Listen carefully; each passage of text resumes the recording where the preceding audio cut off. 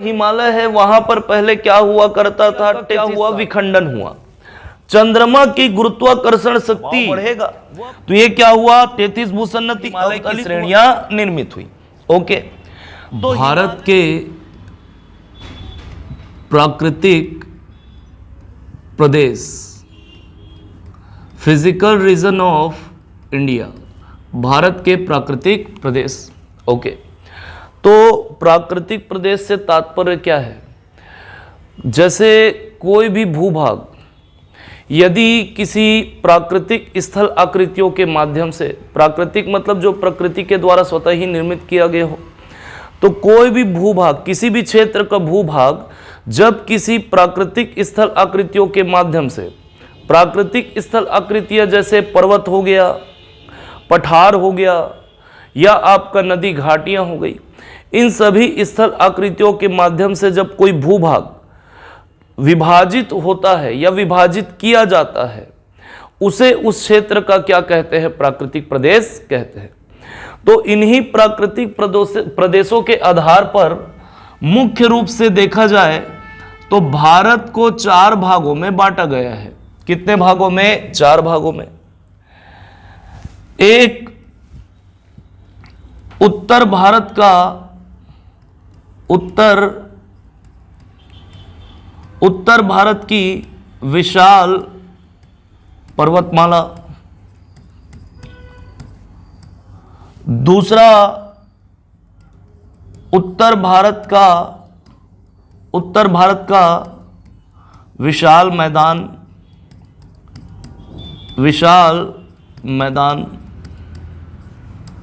उसके बाद प्रायद्वीपीय भारत का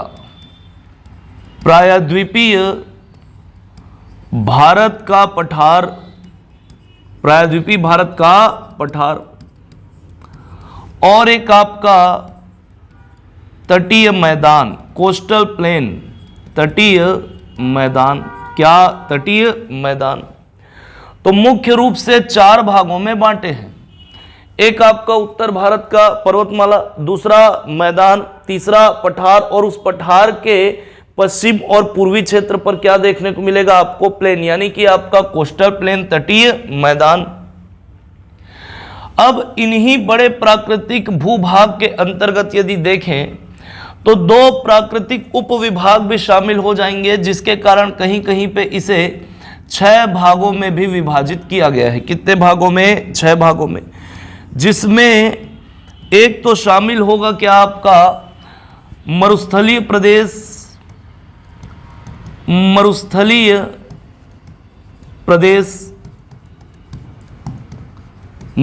भूभाग, और एक आपका क्या, द्वीप समूह। क्या, द्वीप समूह।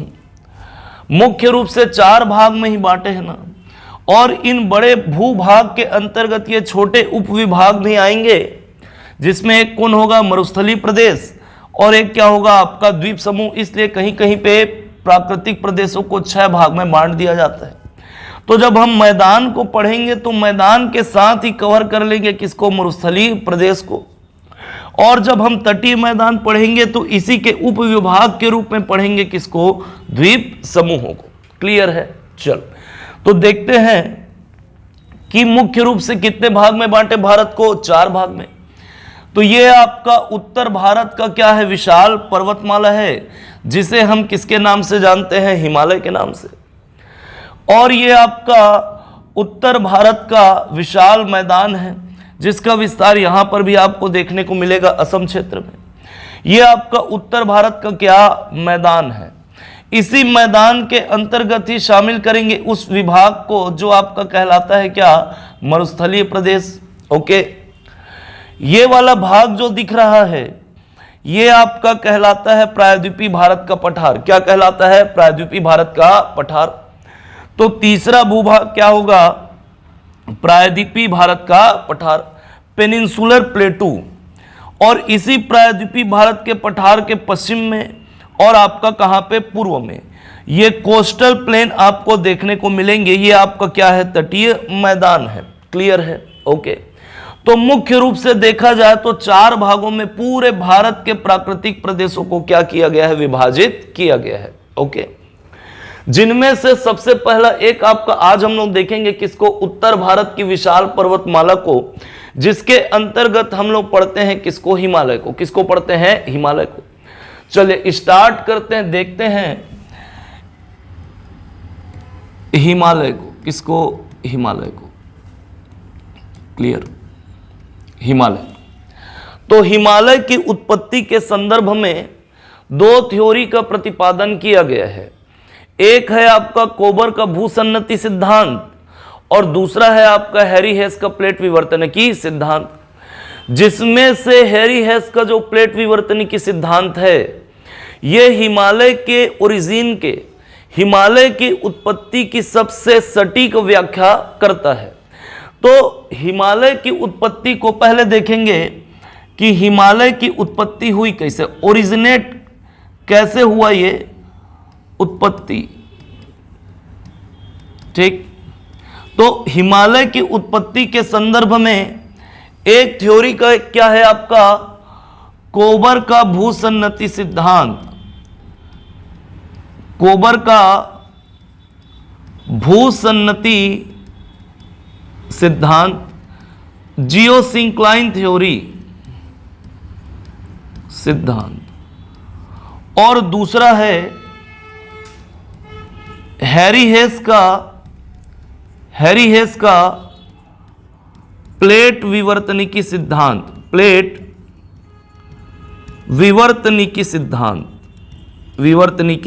सिद्धांत। तो हिमालय की उत्पत्ति के संदर्भ में ये 2 थ्योरी को हम लोग देखेंगे। ओके, तो सबसे पहले बात करते हैं किसकी, कोबर के भूसन्नति सिद्धांत की। ओके, तो कोबर का भूसन्नति सिद्धांत कहता है कि आज जहां पर हिमालय है, क्या है, हिमालय, आज जहां पर हिमालय है वहां पर पहले क्या हुआ करता था, टेथिस सागर। ओके, और उस टेथिस सागर में यूरेशिया से आने वाली जो नदियां हैं वो नदियां अपने द्वारा लाए गए अवसादों को उस टेथिस सागर में क्या करती गई, जमाव करती गई, और उन्हीं अवसादों में जो टेथिस भूसन्नति में जमा हुआ उन पर उसका क्या हुआ, अवतलन हुआ, जिसके फलस्वरूप निर्मित हुआ कौन, आपका हिमालय। कौन, हिमालय। क्लियर है। चलो देखते हैं, इसको समझते हैं कि क्या बोल रहा है ये कोबर का भूसन्नति सिद्धांत।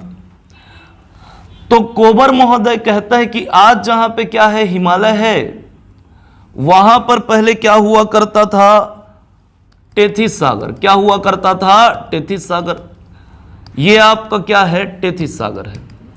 ओके, टेथिस सागर। ऊपर ये आपका यूरेशिया है, क्या, यूरेशिया, और नीचे आपको क्या देखने को मिलेगा, तो ये गोंडवाना लैंड का भाग था जो टूटकर नॉर्थ ईस्ट या उत्तर पूर्व की ओर क्या हुआ, प्रवाहित हुआ। प्रारंभ में यदि देखा जाए तो पृथ्वी पर, कहां पर, पृथ्वी पर एक ही बड़ा भूखंड था। ओके, जिसे हम लोग पेंजिया के नाम से जानते थे। किसके नाम से, पेंजिया के नाम से, पेंजिया। ओके, और ये जो पेंजिया था ये चारों ओर जल से क्या था, घिरा हुआ था। ओके, तो इस विशाल जल राशि को पेंथाल्जा या पेंथलासा के नाम से जाना गया। अब इसी पेंजिया का क्या हुआ, विखंडन हुआ। चंद्रमा की गुरुत्वाकर्षण शक्ति व पृथ्वी के आपका क्या रोटेशनल स्पीड या घूर्णन बल के कारण इस भूखंड का क्या हुआ, विखंडन हुआ, जिससे ये 2 भागों में क्या हुआ, टूट गया। ओके, ऐसे। क्लियर है।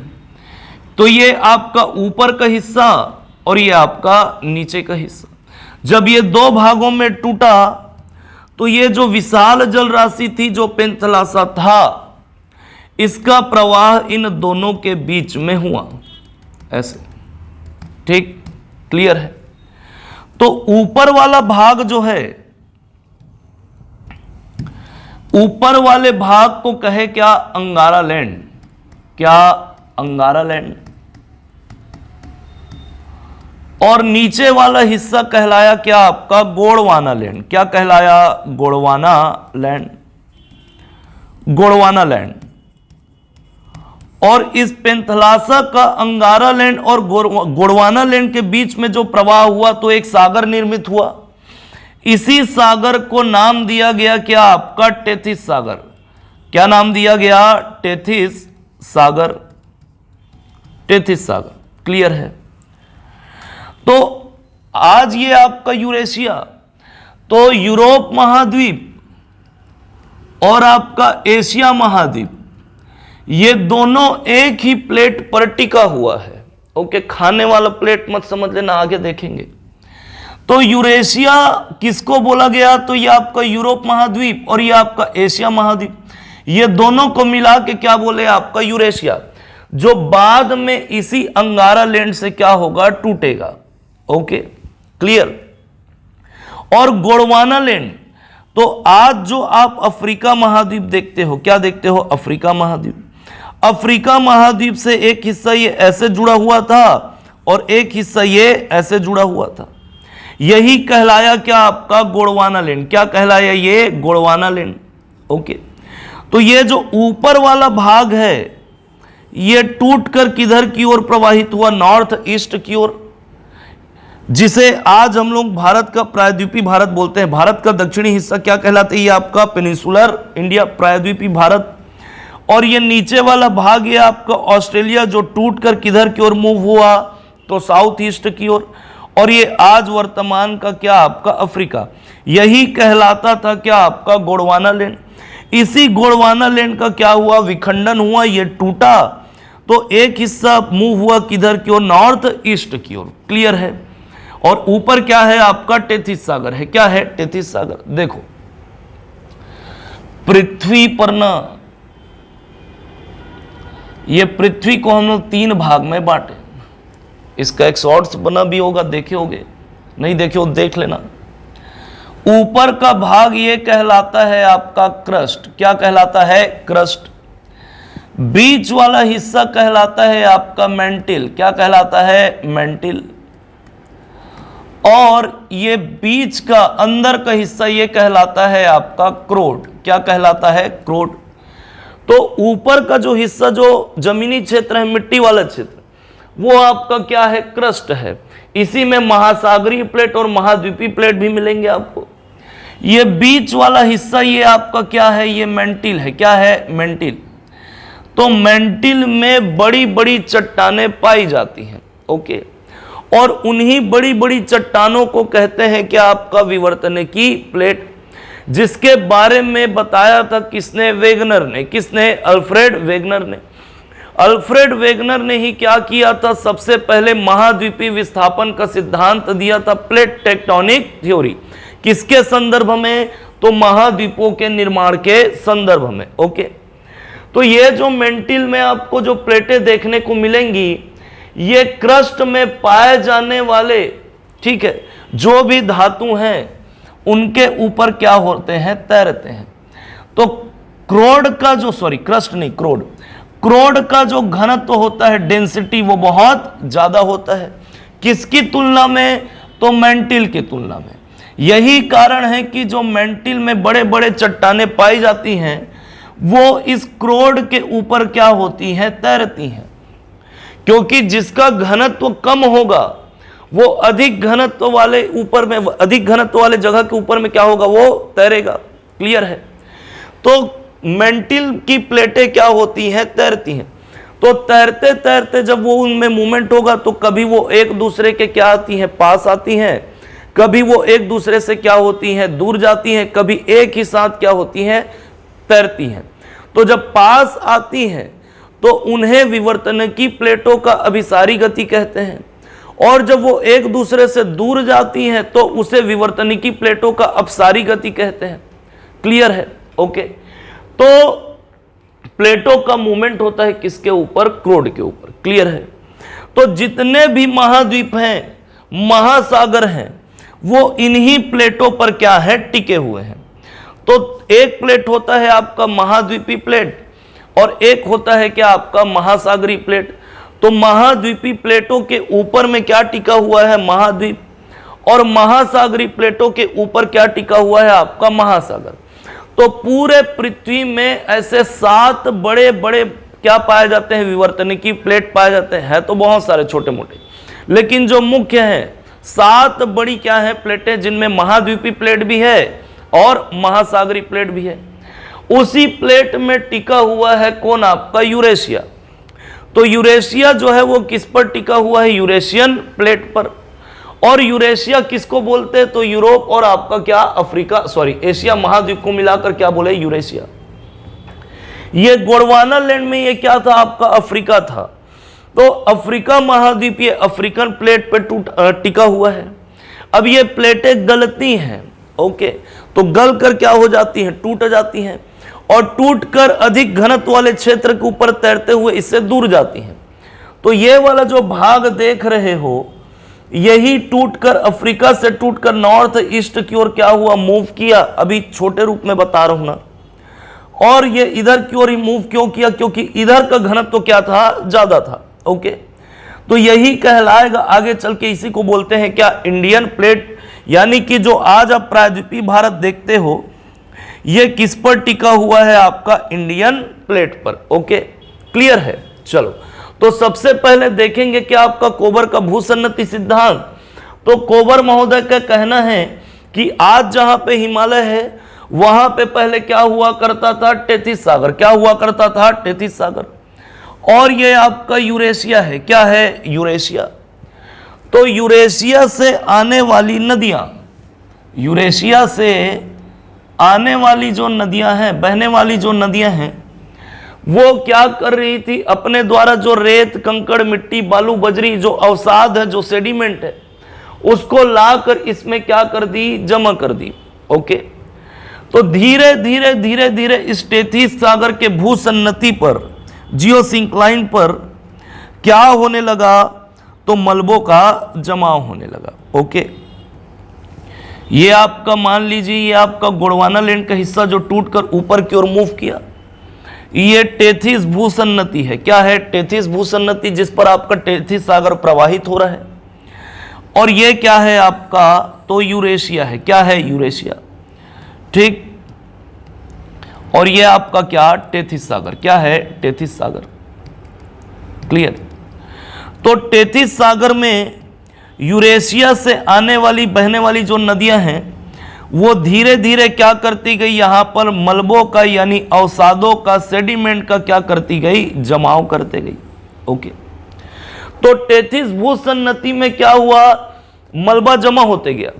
अब जब मलबा जमा होते गया तो धीरे धीरे इसका दबाव, टेंशन, प्रेशर, दबाव जो है वो किस ओर होगा? नीचे की ओर होगा। भार लगेगा तो दबाव नीचे की ओर होगा, जिसके कारण ये टेथिस भूसन्नति जो है ये अवतलित हो जाता है।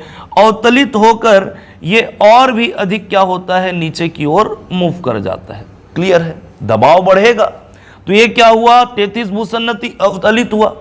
तो ये ऊपर का जो मलबा है इसको और भी स्पेस मिल गया और ये सब क्या हो गए? नीचे की ओर और जमा होने लगे। तो ऊपर का जगह क्या हो जाएगा? और खाली होगा, जिसके कारण यहां पे और अधिक स्पेस होने के कारण और अधिक मलबों का क्या होने लगा? जमाव होने लगा। बहुत अधिक मलबा जमते गया, जमते गया, जमते गया, जिसके कारण यह टेथिस भूसन्नति और अधिक अवतलित हुआ। जब बहुत ज्यादा अवतलित हुआ तो इधर दोनों साइड से इस पर क्या लगने लगा? बल। किसी भी चीज को यदि एक तरफ से आप खींचोगे तो बाकी दोनों जगह से उस पर क्या लगेगा? बल लगेगा, टेंशन बल। तो तनाव बल यहां से भी लगा और यहां से भी लगा, क्योंकि ये कहां की ओर और अधिक अवतलित होने लगा? नीचे की ओर। तो दोनों तरफ से जब तनाव बल लगा तो इस पर, इस जो जमा हुआ मलबा है, इन मलबों पर क्या पड़ा? वलन पड़ा। क्यों? क्योंकि दोनों ओर से तनाव बल यहां पे लगेगा। तो जो वलन है इन मलबों पर, वो दो साइड हुआ, एक इधर की ओर और एक इधर की ओर, बीच का हिस्सा ऐसे ही रहा। क्लियर है? जिसके परिणाम स्वरूप इधर आपका क्या बना, क्युनलुन पर्वत, और इधर बना क्या आपका हिमालय, और बीच में एक निर्माण हुआ किसका, पठार का। किसका, पठार का। तो कोबर का भूसन्नति कहता है कि हिमालय की उत्पत्ति टेथिस सागर में जमे मलबों के कारण जब उनमें अवतलन पड़ा तो निर्मित हुआ क्या, हिमालय। ये कौन कहता है, आपका कोबर का भूसन्नति सिद्धांत। क्लियर है? ओके। अब कोबर के भूसन्नति सिद्धांत के बाद बात करते हैं हैरी हेस का प्लेट विवर्तन की सिद्धांत। तो हैरी हेस का जो प्लेट विवर्तन की सिद्धांत है, यह हिमालय की उत्पत्ति के संदर्भ में व्याख्या करता है, जबकि अल्फ्रेड वेगनर का जो आपका अल्फ्रेड वेगनर का जो आपका प्लेट विवर्तनी की सिद्धांत है, ओके, प्लेट टेक्टोनिक थ्योरी, वो महाद्वीपीय सिद्धांत, महाद्वीपों के निर्माण के बारे में व्याख्या करता है। क्लियर है? ओके। तो हैरी हेस का कहना है कि नॉर्थ ईस्ट में क्या था आपका, यूरेशिया, जो किस पर टिका हुआ था, यूरेशियन प्लेट पर। किस पर टिका हुआ था, यूरेशियन प्लेट पर। और इधर जो गोंडवाना लैंड है, क्या है, गोंडवाना लैंड। गोंडवाना लैंड का एक हिस्सा टूट करना किधर की ओर मूव हुआ, नॉर्थ ईस्ट की ओर। किधर की ओर मूव हुआ, नॉर्थ ईस्ट। ये आपका गोंडवाना लैंड का वो हिस्सा जो टूट कर किधर की ओर मूव हुआ, नॉर्थ ईस्ट की ओर। यही कहलाया क्या, आपका इंडियन प्लेट। क्या कहलाया, इंडियन प्लेट। इसको क्या बोले, इंडियन प्लेट। ओके। और बीच में क्या बह रहा था आपका, तो टेथिस सागर। क्या बह रहा था, टेथिस सागर। क्लियर? क्या बह रहा था, टेथिस सागर। ओके। तो ये भी आपका महाद्वीपीय प्लेट है और ये भी क्या है, आपका महाद्वीपीय प्लेट है। तो जब दो महाद्वीपीय प्लेट टकराते हैं आपस में ना, ये आपका क्या, महाद्वीपीय प्लेट, और ये भी क्या आपका महाद्वीपीय प्लेट है। तो ये आपका यूरेशियन प्लेट है जो फिक्स है ना, ओके, और ये आपका इंडियन प्लेट है। क्या है, इंडियन प्लेट। ओके। जो मूव कर रहे किधर की ओर, तो यूरेशियन प्लेट की ओर। अब देखना, आमतौर पर जो महाद्वीपीय प्लेट होता है वो महासागरीय प्लेटों की तुलना में क्या होता है, हल्का होता है, जबकि महासागरीय प्लेट क्या होता है, भारी होता है। क्लियर है? अब जब महाद्वीपीय प्लेट की बात करें तो एक आपका यूरेशियन प्लेट है, एक आपका इंडियन प्लेट है, ये दोनों है महाद्वीपीय प्लेट। लेकिन इंडियन प्लेट का जो घनत्व है, जो डेंसिटी है, वो यूरेशियन प्लेट के घनत्व से डेंसिटी से क्या है, ज्यादा है। तो जिसका डेंसिटी ज्यादा होगा वो नीचे रहेगा, जिसका डेंसिटी कम रहेगा वो ऊपर रहेगा। तो जब ये फिक्स है और ये क्या कर रहा है, मूव कर रहा है, ये किधर की ओर मूव कर रहा है, नॉर्थ ईस्ट की ओर, ये क्या है, फिक्स है। तो ये दोनों जब आपस में टकराते हैं, जब महाद्वीपीय प्लेट आपस में टकराते हैं तो निर्मित होता है क्या, आपका वलित पर्वत, यानी कि आपका फोल्डेड माउंटेन। क्लियर? तो ये आपका इंडियन प्लेट ये नॉर्थ ईस्ट की ओर मूव करते करते टकराया किससे, यूरेशियन प्लेट से। यूरेशियन प्लेट से टकराया तो घनत्व अधिक होने के कारण ये मूव करेगा कहां की ओर, नीचे की ओर। कहां की ओर, नीचे की ओर। और जैसे जैसे ये आगे मूव करते जाएगा, ये यूरेशियन प्लेट चूंकि इसका घनत्व कम है तो धीरे धीरे इसको क्या करते जाएगा, ऊपर उठाते जाएगा। अब यहां पर क्या था, किसको ऊपर उठाएगा, तो बीच में टेथिस सागर में जमा क्या था, मलबा था। क्या था, मलबा। तो इन्हीं मलबों पर क्या पड़ेगा, वलन पड़ेगा। क्या पड़ेगा, वलन। तो यही मलबा जब फोल्ड होगा तो फोल्ड होने के फलस्वरूप निर्मित हुआ क्या, आपका पर्वत। ऐसे निर्मित पर्वत को कहते हैं क्या, आपका फोल्डेड माउंटेन। क्या बोलते हैं, फोल्डेड माउंटेन। क्लियर है? तो ये आपका इंडियन प्लेट जैसे जैसे नीचे की ओर आते गया, क्योंकि इसका डेंसिटी क्या है, ज्यादा है, तो टेथिस सागर में जो जमा मलबा है वो बीच में आया। अब ये जैसे जैसे ये आपका नीचे मूव करते गया तो ये मलबों पर पहले क्या हुआ, एक वलन हुआ। अब ये जब आपका एक साइड का ये पूरी तरह क्या हो गया, फोल्ड हो गया, तो आगे जो जमा मलबा है उस पर क्या पड़ेगा, वलन पड़ेगा, दबाव पड़ेगा। फिर जब इसका क्या होगा, ये पूरी तरफ फोल्ड हो जाएगा, तो आगे जो जमा मलबा है उस पर भी क्या पड़ेगा, बल पड़ेगा, जिसके कारण वो भी क्या होगा, ऊपर की ओर फोल्ड होगा। यही प्रक्रिया क्या होगी, आगे चलते जाएगी। वलन सिर्फ एक जगह पर नहीं पड़ता ना, जितना अंदर प्लेट नीचे जाते जाएगा उसके ऊपर जो जो भी आपका मलबा होगा उन सभी अवसादों पर क्या पड़ते जाएगा, वलन पड़ते जाएगा। इस प्रकार जो पर्वत निर्मित होते हैं उनको कहते हैं क्या, वलित पर्वत, फोल्डेड माउंटेन। क्लियर है, ओके। तो इसे ही कहा जाता है क्या, आपका हैरी हेस का प्लेट विवर्तन की सिद्धांत, जिसके अनुसार इंडियन प्लेट का मूवमेंट किधर की ओर हुआ, यूरेशियन प्लेट की ओर, और तैतीस सागर में जमे मलबों में क्या हुआ, वलन पड़ा, और उसी वलन के फलस्वरूप निर्मित हुआ क्या, आपका हिमालय। ओके, ऐसा कौन बोल रहा है, तो हैरी हेस का प्लेट विवर्तन की सिद्धांत बनेगा यहां तक। तो हिमालय की उत्पत्ति के संदर्भ में ये दो थ्योरी का क्या किया गया है, प्रतिपादन किया गया है। जो स्पष्ट व्याख्या करता है वो कौन सा, हैरी हेस का प्लेट विवर्तन की सिद्धांत, जिससे हमको पता चलता है कि हिमालय एक कैसा पर्वत है, तो एक आपका वलित पर्वत है, एक फोल्डेड माउंटेन है। तो क्या हिमालय का निर्माण केवल एक बार में हो गया, ऐसे हिमालय क्या, नहीं, हिमालय में लगातार वलन पड़ते गया, एक बार बना ये आपका हिमालय, दूसरा आपका हिमालय की श्रेणी ये आपका वलन पड़ने पे बना, फिर जब वलन पड़ा तो ये आपका हिमालय बना, फिर जब वलन पड़ा तो ये ऐसे हिमालय निर्मित हुआ। क्लियर है।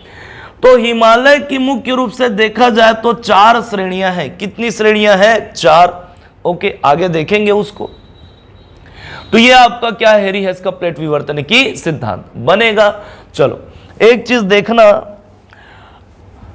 कोबर का भूसन्नति सिद्धांत कहता है कि तैतीस सागर में क्या जमा, आपका मलबा।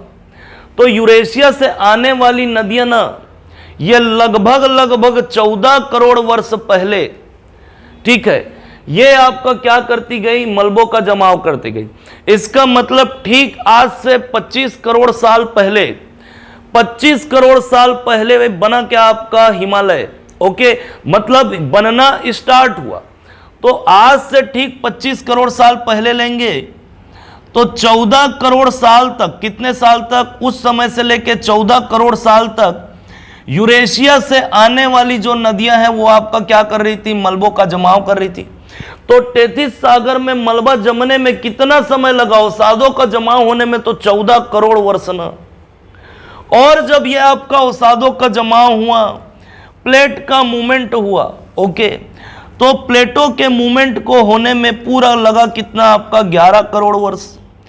और इसी 11 करोड़ वर्ष में बना क्या, आपका हिमालय। क्या बना, हिमालय। क्लियर है, ओके। तो ये जो इंडियन प्लेट आप देख रहे हो, ये लगभग 1.6 सेंटीमीटर पर ईयर क्या किया था, मूव किया था। कहां से, तो गोंडवाना लैंड से। कहां से, गोंडवाना लैंड से। गोंडवाना लैंड से ही आपका तैतीस सागर की ओर मूव किया। स्पीड कितना, तो 1.6 सेंटीमीटर पर ईयर। और ये जो आपका इंडियन प्लेट है, ये आज भी इसी गति से क्या कर रहा है, मूव कर रहा है। यही कारण ही और आगे बढ़ते जा रहा है।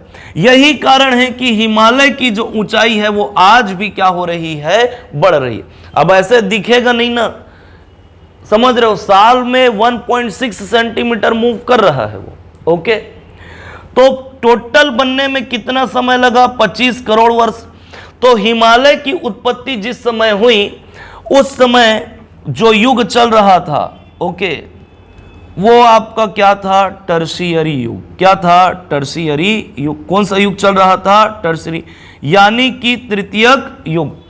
पृथ्वी के निर्माण से लेके अब तक के पूरे टाइम पीरियड को ना अलग अलग महाकल्पों में बांटा गया है। महाकल्प को कल्प में और कल्पों को किसमें, युगों में, यानी कि एपोक में। ओके, तो 4 एपोक बनाए गए हैं, यानी कि 4 युग। और सतयुग कलयुग वाला नहीं ना, एक आपका प्राथमिक युग, प्राइमरी एज, प्राइमरी एपोक, दूसरा आपका द्वितीयक युग, सेकेंडरी एपोक, और तीसरा कौन आपका, तो टर्शियरी एपोक, और चौथा आपका क्वार्टनरी एपोक। तो टर्शरी एपोक यानी कि तृतीयक युग में ही बना कौन, आपका हिमालय। कौन बना, हिमालय। क्लियर है। अब टर्सरी युग को भी अलग अलग समय पर क्या कर दिया गया है, बांट दिया गया है। ओके, टर्सियरी युग, हिमालय की उत्पत्ति कब हुई, तृतीयक युग में। अब इसको भी क्या किया गया है, हिमालय की उत्पत्ति के संदर्भ में 4 भागों में बांटा गया है। एक होता है आपका क्रिटेशियस युग। क्या होता है, क्रिटेशियस युग, क्रिटेशियस युग। उसके बाद आपका याद रखना इयोसीन युग। क्या, इयोसीन युग। उसके बाद आपका मायोसीन युग। क्या, मायोसीन युग। और एक आपका, अब मायोसीन के बाद प्लियोसीन आता है ना, लेकिन वहां पे हिमालय का श्रेणी निर्मित नहीं हुआ था, तो उसको हम लोग नहीं देखेंगे। प्लिस्टोसीन युग, प्लिस्टोसीन युग, प्लिस्टोसीन युग। क्लियर। तो टर्सरी युग में ये 4 टाइम पीरियड याद रखना। इन्हीं समय पे हिमालय की अलग अलग श्रेणियों का क्या हुआ है, निर्माण हुआ है। यानी कि अलग अलग स्थान पर वलन पड़ा, जिसके फलस्वरूप हिमालय की श्रेणियां निर्मित हुई। ओके, तो हिमालय की देखा जाए तो मुख्य रूप से इधर से आओगे तो 4 श्रेणियां हैं। कितना, 4। एक आपका ट्रांस हिमालय, एक आपका वृहद हिमालय, एक आपका मध्य हिमालय, और एक आपका शिवालिक या नवीन हिमालय। शिवालिक या नवीन हिमालय। तो सबसे पहले जो हिमालय की श्रेणी निर्मित हुई वो कौन सा, ट्रांस। ट्रांस के बाद बना क्या आपका वृहद। वृहद के बाद बना क्या आपका मध्य हिमालय, और लास्ट में जो बना वो कौन, आपका शिवालिक हिमालय। इसलिए इसको नवीन हिमालय भी कहते हैं। और हाइट में भी सबसे ये क्या है, छोटा है। हाइट में सबसे बड़ा कौन है, आपका वृहद हिमालय है। ओके, तो ये 4 श्रेणियां बनी। तो 11 करोड़ साल पहले, आज से 11 करोड़ साल पहले टर्सरी युग का कौन सा टाइम पीरियड चल रहा था, क्रिटेशियस युग। इस समय जो हिमालय की श्रेणी निर्मित हुई वो आपका क्या था, ट्रांस हिमालय। क्या था, ट्रांस हिमालय। तो इसको बनने में लगभग 4 करोड़ वर्ष लगे, मतलब आपका 11 से लेके 7 तक। ओके, फिर उसके बाद जो टाइम पीरियड आया इयोसीन युग, तो आज से लगभग 7 करोड़ वर्ष पहले यह बनना प्रारंभ हुआ क्या, आपका वृहद हिमालय। क्या, वृहद हिमालय। Okay, clear. लगभग 3-4 करोड़ साल इसको भी लगे। और उसके बाद आज से लगभग 2 करोड़ साल पहले मायोसीन युग में निर्मित होना प्रारंभ हुआ कौन, आपका मध्य हिमालय। कौन, मध्य हिमालय। क्लियर है। लगभग 2 करोड़ साल इसको भी लगे। और आज से ठीक 10 लाख साल पहले टर्सरी युग के प्लिस्टोसिन एपोक में ना, युग में निर्मित होना प्रारंभ हुआ कौन, आपका नवीन या शिवालिक हिमालय। नवीन या शिवालिक हिमालय। क्लियर है। ओके।